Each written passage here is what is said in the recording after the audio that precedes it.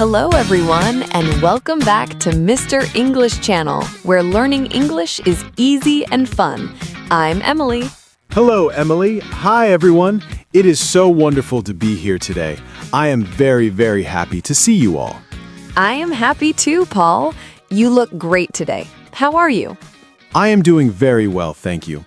I have my green tea, the sun is shining, and I am ready to talk. And you, Emily?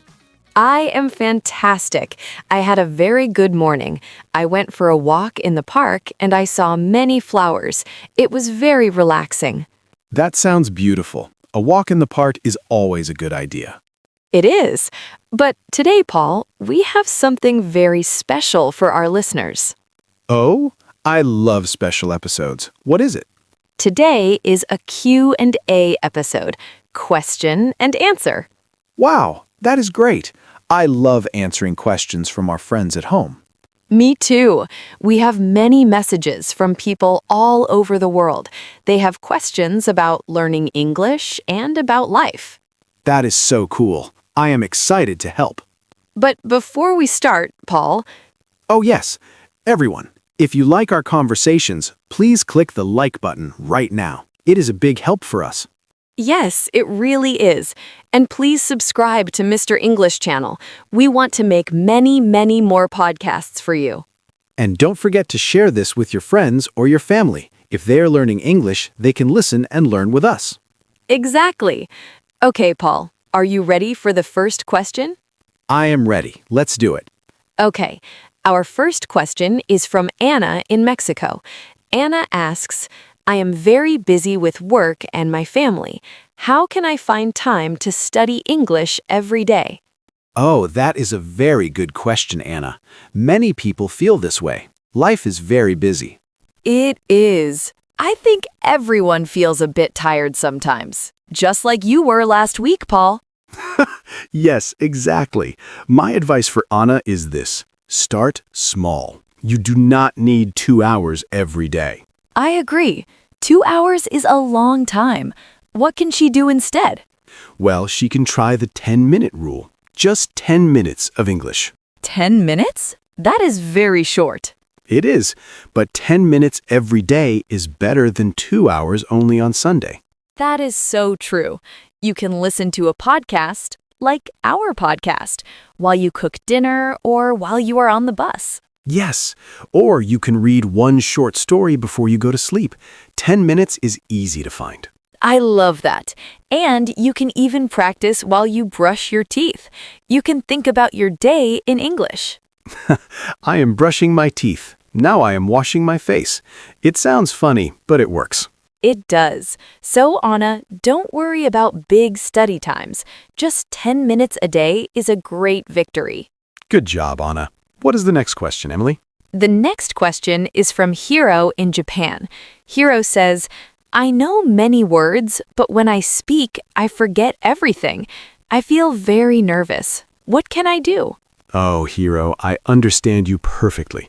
Feeling nervous is very normal. It is the #1 problem for many learners. Paul, what do you do when you feel nervous? Well, like we talked about in our confidence episode, I remember that mistakes are my friends. Yes, mistakes show that you are trying, but Hiro says he forgets the words. I think Hiro should practice mirror talking. Mirror talking? Tell me more. It's simple. You stand in front of a mirror at home, you look at yourself, you smile, and you talk.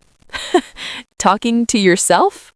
Yes, you can talk about your day, or your favorite food, or your hobbies. Because you are alone, there is no pressure. No one is watching.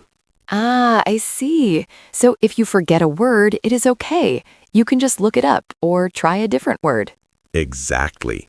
It builds the muscle in your brain. When you talk to a real person later, your brain remembers the feeling of speaking. That is a great tip. And remember, Hiro, you don't need to use big, difficult words. Simple words are beautiful. Yes, I am happy is just as good as a big, complex sentence. Communication is the goal, not perfection. Well said, Paul. Okay, ready for question number 3? Bring it on. This one is from Maria in Italy. Maria asks, I want to save money for a trip, but I spend too much money on small things. How can I stop? Ah, Maria, we just talked about this. Maria, you need a bicycle jar, or maybe a travel jar. Yes, Paul's famous jar. It really works, Emily. Maria, you should look at your needs and your wants. That is the most important part. Do you need that third coffee at the cafe, or is it a want? Exactly. If Maria makes her coffee at home, she can put that money into a jar. And she should put a picture of her trip on the jar. If she wants to go to Paris, she can put a picture of the Eiffel Tower there. Oh, I love that. When she looks at the money, she doesn't think, I'm losing a coffee. She thinks, I'm going to Paris. It changes your feeling from sad to happy.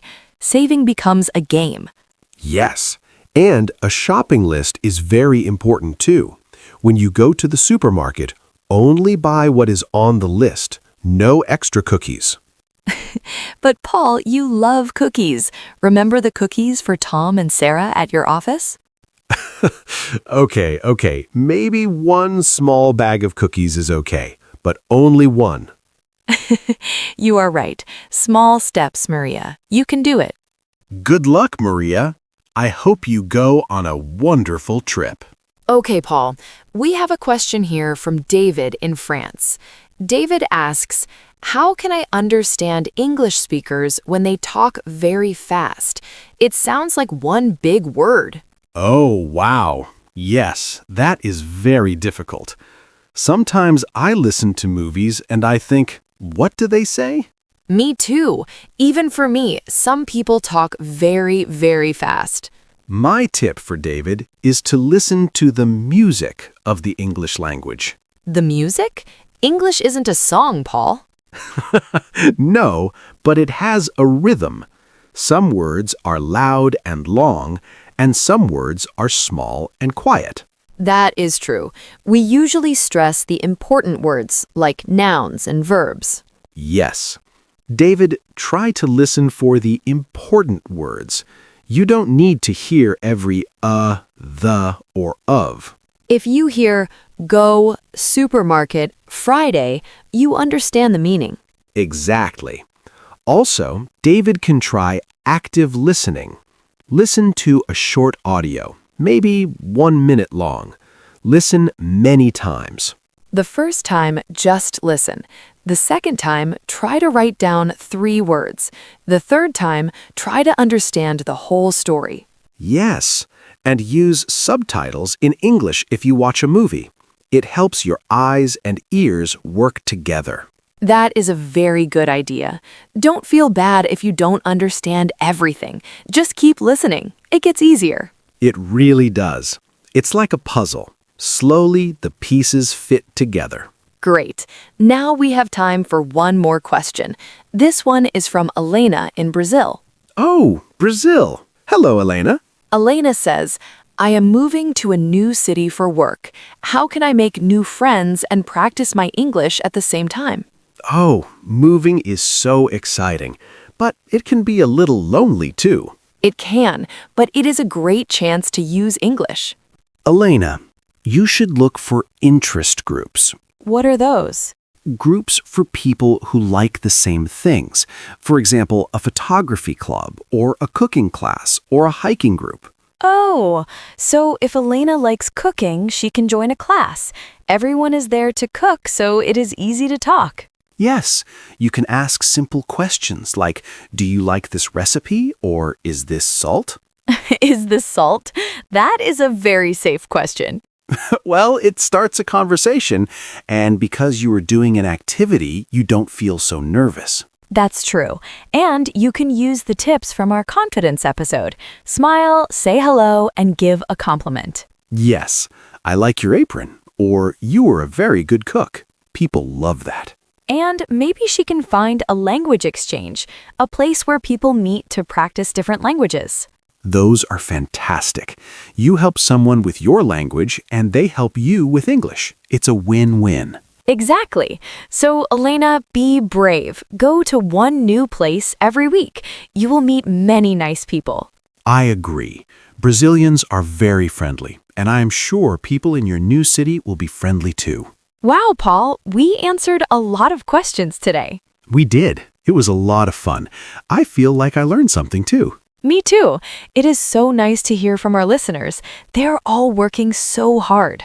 They really are. Good job, everyone. We are very proud of you. Before we go, Paul, should we remember the main points from today? Oh, yes, that is a good idea. Let me think. Well, first, we talked about time. Remember what we said to Anna? Yes, the 10-minute rule. You don't need hours and hours. Just 10 minutes of English every day is perfect. Exactly.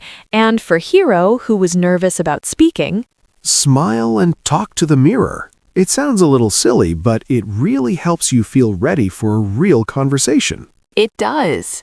And I liked what we told Maria about money. Oh yes, the wants and needs, and the jar. A picture of your goal on a jar helps you save money for your dreams. I want to make a jar for my next vacation now. Me too.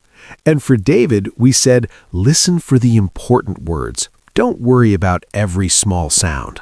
Right. Listen to the rhythm, like music.